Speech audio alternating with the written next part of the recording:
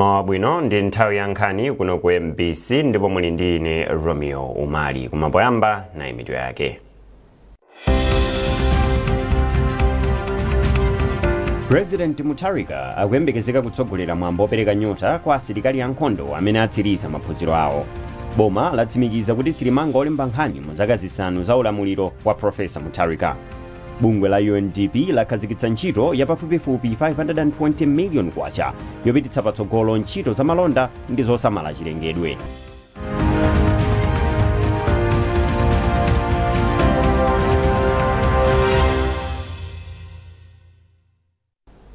Munkhani yathu yoyamba, mtsogoleri wa dziko lino Professor Arthur Peter Mutharika yemwenso ni mkulu wa asilikali ankhondo mdziko muno akakhala nawo pamwambo olumbiritsa asilikali ankhondo amene amaliza maphunziro awo au officer cadet.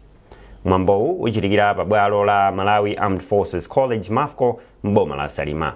Ogwirizira udindo wa mneneri wa asilikali ankhondo mdziko muno Lieutenant Colonel Paul Chiphwanya wati zokonzekera zonse za mwambowu zili mchimake. Mwayi mtumodzi ali ndi ripoti. Malamulo a dziko lino amapereka mphamvu kwa mtsogoleri wa dziko lino kukhazikitsa asilikali ngati maofisa cadets. Mtsogoleri wa dziko lino Professor Arthur Peter Mutharika monga mkulu wa asilikali ankhondo mdziko muno lachisanu pa 28 November 2025 akhazikitsa asilikaliwa omwe ndi okwana 122. Ogwirizira udindo wa mneneri wa asilikali ankhondo mdziko muno a Lieutenant Colonel Paul Chiphwanya ati mwa asilikali 122 96 ndi amuna ndipo 26 ndi amayi. Lachisanu lino tili ndi mwambo umene tione anyamata ndi asungwana 122 amene akhala akupanga maphunziro awo acha pa Chingerezi timati officer cadet kuno ku Malawi Armed Forces College akumaliza maphunzirowa, ndipo iwo watu apangidwa commission kuti tsopano akhala ma officers za Malawi Defense Force ndipo atumizidwa ma unit osiyana-siyana kumene atakayambe kugwira ntchito yawo ya usilikali. Ndingo fotokozapo kuti ma cadet kamene pakali pano alipo 122 ndipo 122 pamenepa 96 ndi amuna and 26 ndi asungwana. Mene mumunso tili ndi makadeti ochokera maiko osiyana-siyana awawa alipo 10. Makadeti amene wawa kuchokera maiko ngati Tanzania, Zambia, Eswatini ndiponso Kenya. Pamwambo umene uchoyamba chimene ndingafotokoze ndicho kuti amene ali ndi mphamvu zopanga commission makadeti amene wawa ndi president wa dziko lino amene amapatsidwa ndi mphamvu ndi malamulo akulu a dziko lino. Ndipo tsiku limene lili chinthu choyamba tidzakhala ndi military parade, ndipo ikadzatha military parade ndipo tidzakhala ndi mwambo umene a president athu atadzakhale akuapanga commission anyamata ndi asungwana amene wawa. Mwambo ukuyembekezeka kudzayamba ndi perete wa asilikali. Mwayi mtumodzi MBC Salima. Chipatala cha maso cha ana chimene akuyembekezeka kuchimanga pa chipatala chachikulu cha Mzuzu akuti chithandiza kupititsa patsogolo ntchito za umoyo maka kwa ana akuchigawo chakumpoto. Mlembi munduna wa zaumoyo a Beston Chisamire ndiye wanena izi pamwambo umene amakhazikitsa ntchito yomanga chipatalachi imene ndi ya ndalama zopitirira 2.5 billion kwacha. Jackson Sijali wadza ndi ripoti. Pozindikira mavuto omwe anthu akuchigawo chakumpoto akhala akukumana nawo kuti apeze thandizo akapezeka ndi nthenda ya maso maka kwa ana, boma mogwirizana ndi bungwe la Lions Club la ku Germany komanso a Christian Blind Mission lakhazikitsa ntchito yomanga chipatala cha maso cha ana chomwe chimangidwe ndi ndalama zopitirira 2.5 billion Malawi kwacha kuti chithandize pavutoli.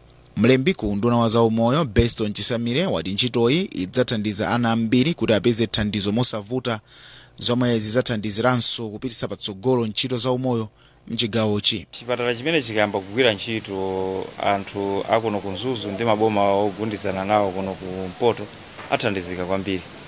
Choyambirira ndikuti chithandizo chimene amachipeza kapena chimene akuchipeza pano ngati ku Lilongwe kapena ku Blantyre azichipezera konkuno. Komanso pali ndondomeko yoti chipatala chikakhala pano adzipanga outreach program, aziyenda midzimu makachita screen ana kuti athandizike. Mkulu wa chipatala cha Mzuzu Dr. Doris Kayambo anati izi zithandiza kupititsa patsogolo umoyo wa ana ambiri munjira zosiyana-siyana. Dr. Kayambo anati anthu ku chigawo chakumpoto akhala akutumiza ana ena ku Lilongwe kapena ku Blantyre kuti akapeze thandizo la maso, koma pano izi zidzakhala mbiri ya makezana chipatalachi chikadzatha. Mbuyo mwana athu amaenda kwambiri mitunda yaitali kuti afike kuno mene mumadziwira kumpoto kuno maendedwe ake amakhala penovuta fwa chimene landscape ilili.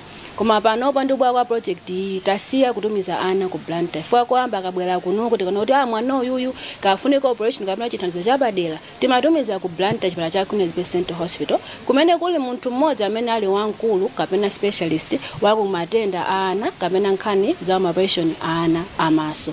Koma kubwera kwa project iyi apangisa kuti 1 ana ajasende mtunda otali, 2 chimene atitsikimiziraso nchokuti nakhale project yabwera nawonso ayikatundama padera kuti apange training munthu mmodzi amphunzitse munthu mmodzi kuti nayenso akhale dokotala wankulu wa maso a ana. Mkulu wa bungwe la Christian Blind Mission mdziko muno Linda Kasoka anati bungwe lawo limagwira ntchito zosiyanasiyana za umoyo ndipo nchifukwa chake agwirana manja ndi boma la Malawi kuti chipatalachi chimangidwe ndicho linga chothana ndi nthenda zosiyanasiyana kuphatikizapo vuto la maso. Because tinaona kuti kulibe chipatala cha ba baby, so that's why tinabwera pamozi twachita develop proposal twaipeleka kuli wa Lion Foundation, German Lion Foundation. Chipatalachi chikazamangidwa chizathandiziranso pa ntchito yophunzitsa madotolo amaso. Jackson Sijali, MBC Mzuzu. Banki yaikulu pa dziko lonse yati ndiyokhutira ndi momwe inayendera ntchito yomanga chipatala chaching'ono cha Chigodi komanso momwe chipatalachi chikuthandizira anthu. Modzi mwa akuluakulu a banki pamodzi ndi nduna ya maboma ang'onoang'ono anayendera chipatalachi chimene anachimanga ndi thandizo la ndalama kuchokera ku banki kudzera mu ntchito ya GESID. Chipatalachi chikuthandiza anthu osachepera 25,000 ochokera mdera la mfumu yaikulu Mazengera m'boma la Lilongwe. Zambiri mulipoti ili la Jinsisi Moyo. Kwa anthu ochoka mdera la mfumu yaikulu Mazengera kuyenda mitunda italiitali kusaka thandizo la chipatala tsopano ndi mbiri yakale. Chipatala chaching'ono cha Chigodi chomwe chinamangidwa ndi thandizo lochoka ku banki yaikulu pa dziko lonse World Bank kudzera ku ntchito ya GESID chikuthandiza kuthetsa mavuto omwe anthuwa amakumana nawo posaka thandizo akadwala. Polankhula pomwe amayendera chipatalachi, mmodzi mwa akuluakulu a banki Nathan Bileti anayamika boma poonetsetsa kuti chipatalachi chamangidwa mwaukadaulo komanso kuti chikuthandiza anthu moyenera. Mawu ake, nduna ya maboma ang'onoang'ono a Ben Pili anatsimikiza kuti chipatalachi chikhala chikugwira ntchito kuphatikizapo malo ochitira amayi pofika mu Januwale chaka chamawa. Boma lidzikhala ndi masomphenya otukula miyoyo ya anthu ake kumudzi ndipo likakhala ndi mapartners ngati World Bank timayamika. Tifuna kuyamika World Bank chifukwa cha chitukuko chokoma chotere mukachiyang'ana ndi chitukuko cha quality ndi chitukuko chimene chikhalitse lero mawa nkumapita kutsogolo. Mamangidwe amphamvu komanso nthawi yake yachitika ndi chichiri apa chitumikira anthu okwanira 25,000. Asanayendere chipatalachi, mkulu wa banki anayenderanso ofesi za boma ku Lilongwe. Akuluakulu a boma ati ulendowu ukutsindika mgwirizano wabwino omwe ulipo pakati pa boma ndi banki. Jinsisi Moyo, MBC Lilongwe.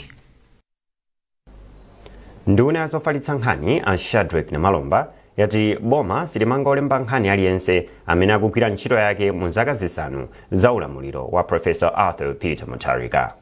Ana Malomba ati boma aliyika ndondomeko zabwino zoti olemba nkhani agwirire ntchito zawo mopanda mantha ndipo athe kupeza uthenga umene angafune othandiza boma pa ntchito yomanga dziko lino. Apa iwo apempha olemba nkhaniwa kuti aonetsetse kuti akhale ndi mfundo pamene akulemba nkhanizi kuti athe kuthandizira kupeza mayankho amavuto amene dziko lino likumana nawo. Boma la Professor Arthur Peter Mutharika ndi boma limene laikidwa pamenepo ndi Malawi wina aliyenseyo. Kulikoseko dera lina lilosera anavotera Professor Arthur Peter Mutharika. Chinthu choyambira ndi chimenecho.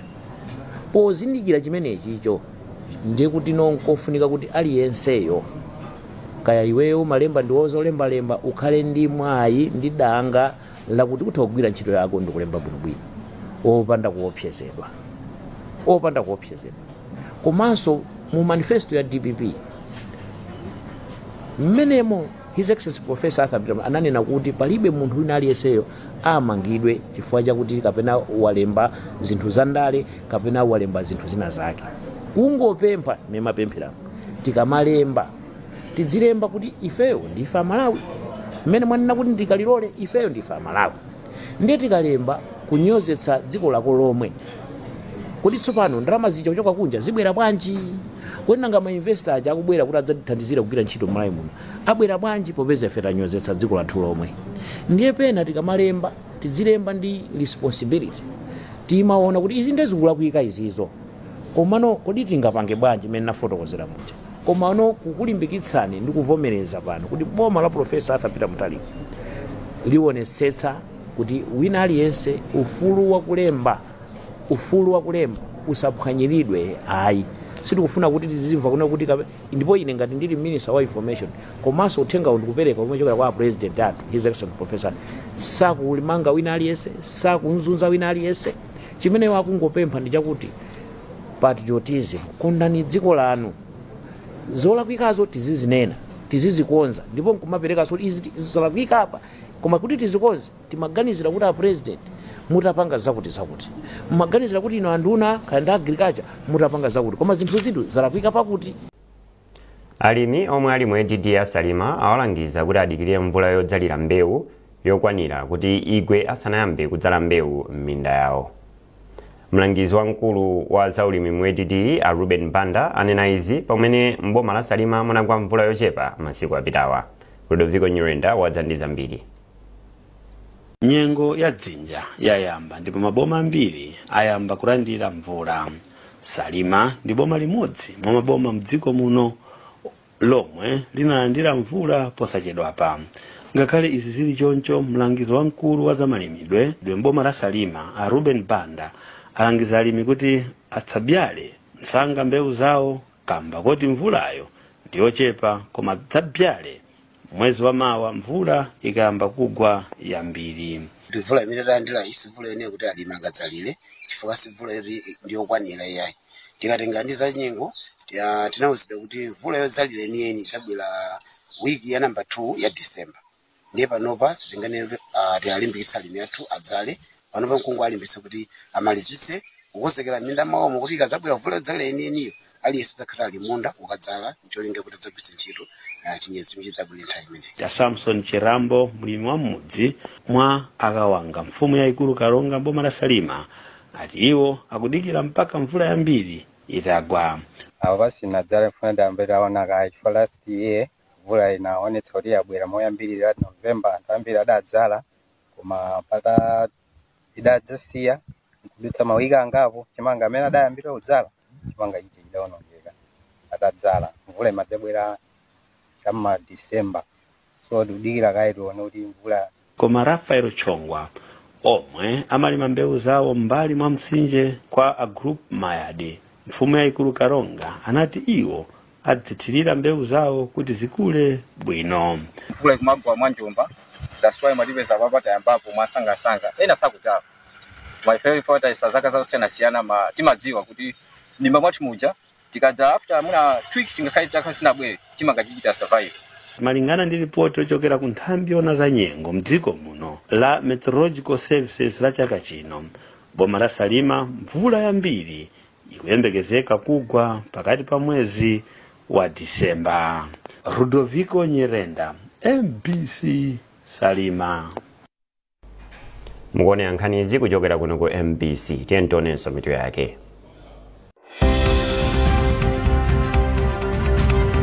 President Mutharika akuyembekezeka kutsogolera mwambo opereka nyota kwa asilikali ankhondo amene atsiriza maphunziro awo. Boma latsimikiza kuti silimanga olemba nkhani mu zaka zisanu za ulamuliro wa Professor Mutharika. Bungwe la UNDP lakhazikitsa ntchito ya pafupifupi 520 million kwacha yopititsa patsogolo ntchito za malonda ndi zosamala chilengedwe.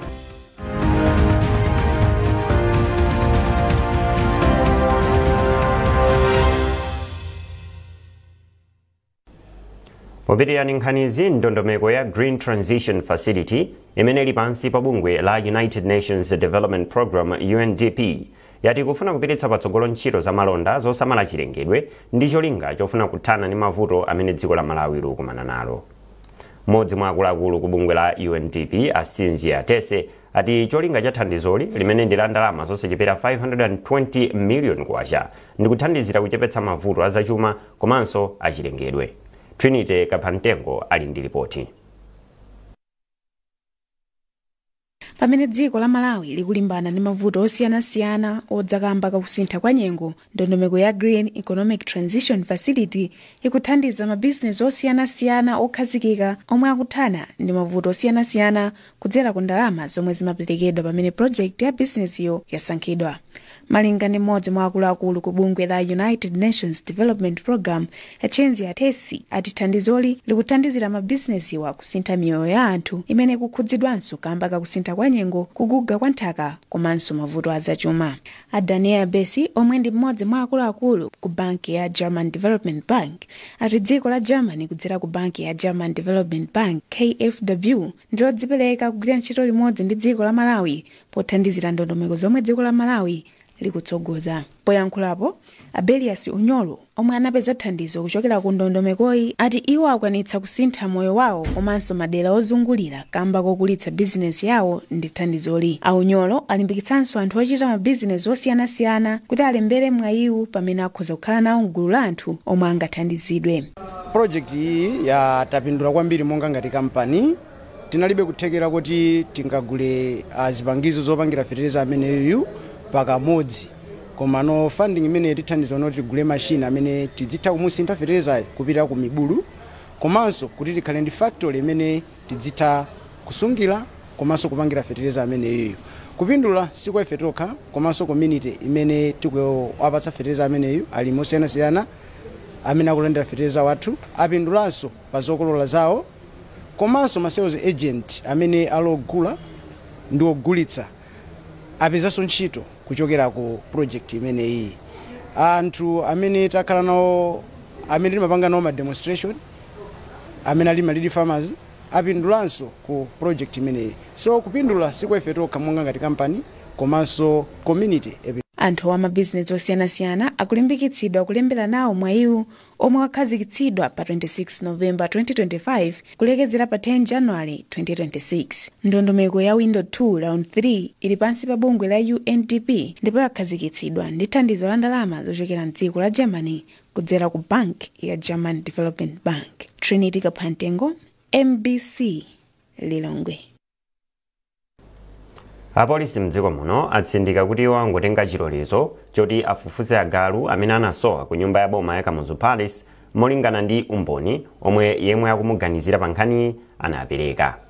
Wachiwiri kwa mneneri wa polisi mdziko muno Alfred Chintere ati kotero zikudzutsana ndi mphekesera zimene zikuzungulira pa masamba amchezo kuti atenga chilolezo choti amangire mtsogoleri wakale wa dziko lino Dr. Lazarus Chakwera.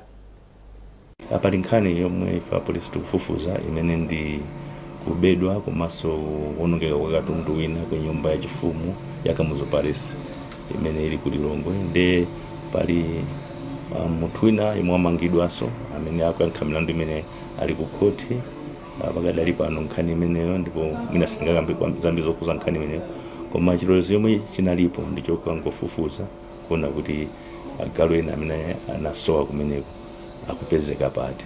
Koma pa social media pa masamba amchezo taona anthu ena kugawana kumanena kuti apolisi afuna kumanga atsogoleri wa namba 6 wakale wa dziko lino, zimene sizoona ndipo ndizaboza kwambiri. Kalata yathu yomwe tatulusa tanenapo zimenezo kuti kugawana pa masamba amchezo nkhani zimene zili zaboza sizabwino. Ngati pali china chimene anthu afuna kufunsa ku polisi, makomo athu ndosegula kuti akhuza kufunsa nthani iliyonse, ndipo sizabwino kuti anthu azigawana nkhani ngati zimene zimapita patali pamene nkhani zili zaboza. Pamene tikufufuza mlandu pomwe unayambira mlandu anthu akuuziwa mmene ukuyendera, mungatanena anthu tikamanga wina tikumabweranso nkunena. Ndeti mlandu ukayenda kufika kuti tamaliza kufufuza mmene ukuyendera kuti anthu swaziwa, tizabwera poyera nkuwauza anthu kuti nkhanicha yayenda chonchi ndipo yatherapo, anthu azaziwa.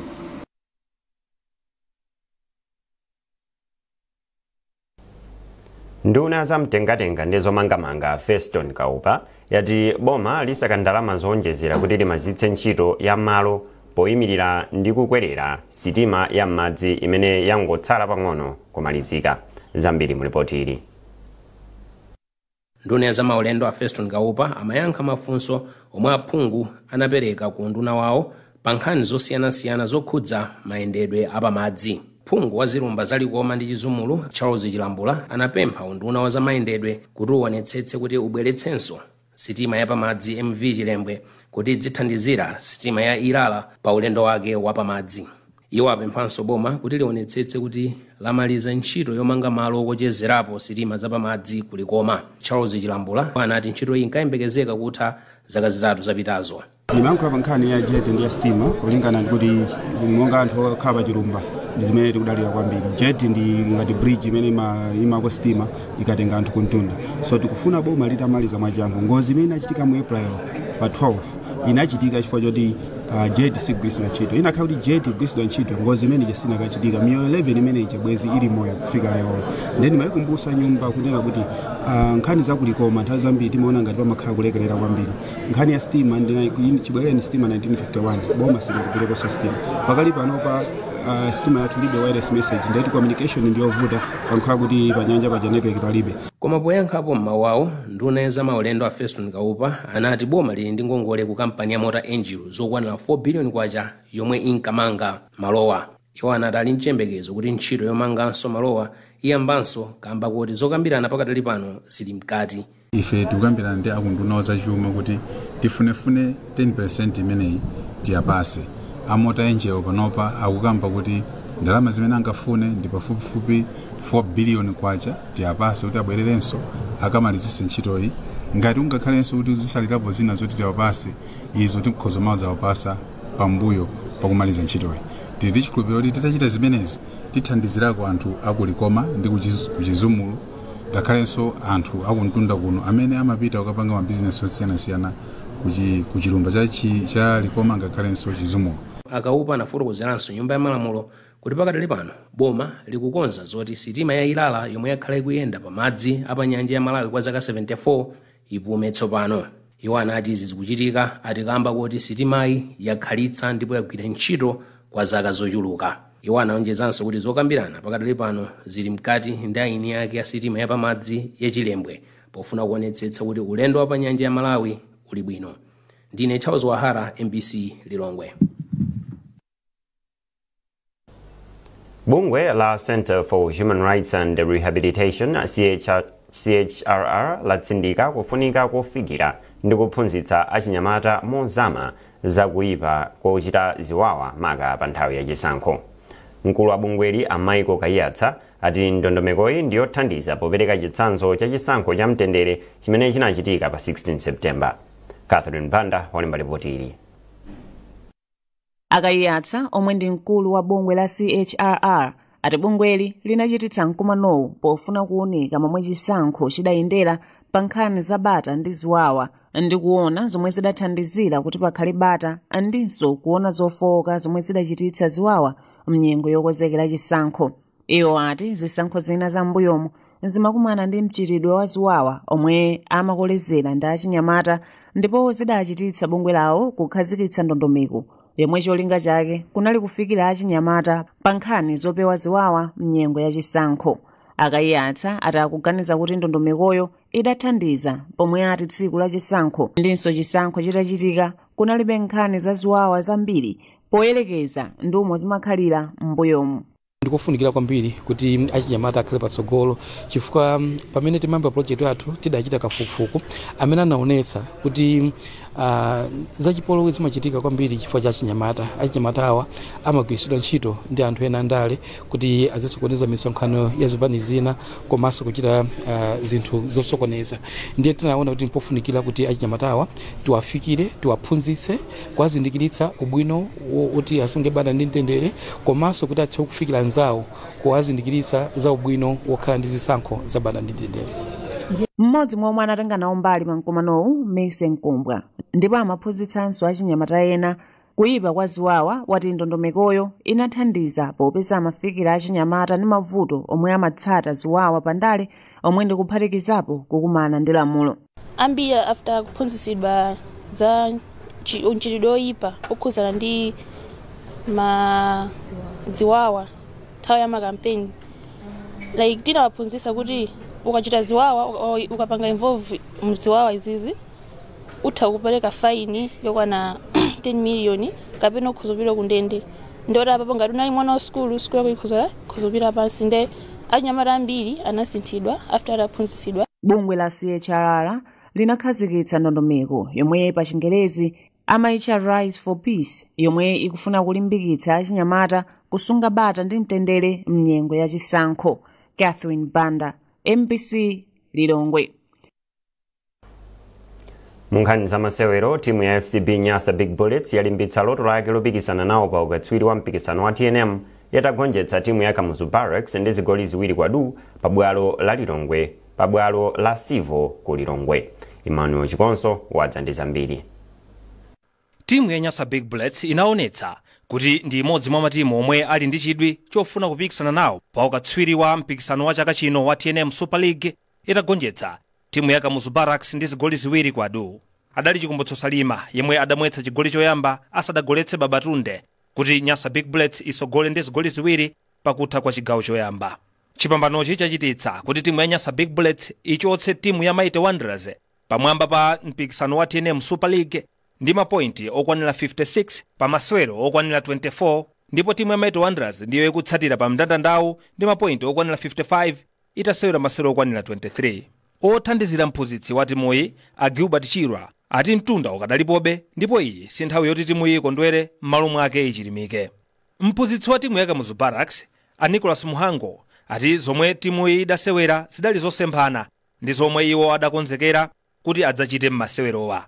Komabe mphunzitsiyo wati chidwi chawo chilipomaliza mu mndandanda wa matimu okwanira 5 a mu mpikisanowu. M'masewero ena timu ya Mafco FC yachoka ku mzere ofira ndipo yabwera pa namba 12 itagonjetsa timu ya Civil Service United ndi zigoli ziwiri kwa du. Emmanuel Chikonso, MBC Lilongwe. Ndi nkhani imeneyo tafika pa mapeto pa nkhani zathu, tisanasiyane na inso mitu yake. President Mutharika akuyembekezeka kutsogolera mwambo opereka nyota kwa asilikali ankhondo amene atsiriza maphunziro awo. Boma latsimikiza kuti silimanga olemba nkhani mu zaka zisanu za ulamuliro wa Profesa Mutharika. Bungwe la UNDP lakhazikitsa ntchito ya pafupifupi 520 million kwacha yopititsa patsogolo ntchito za malonda ndi zosamala chilengedwe.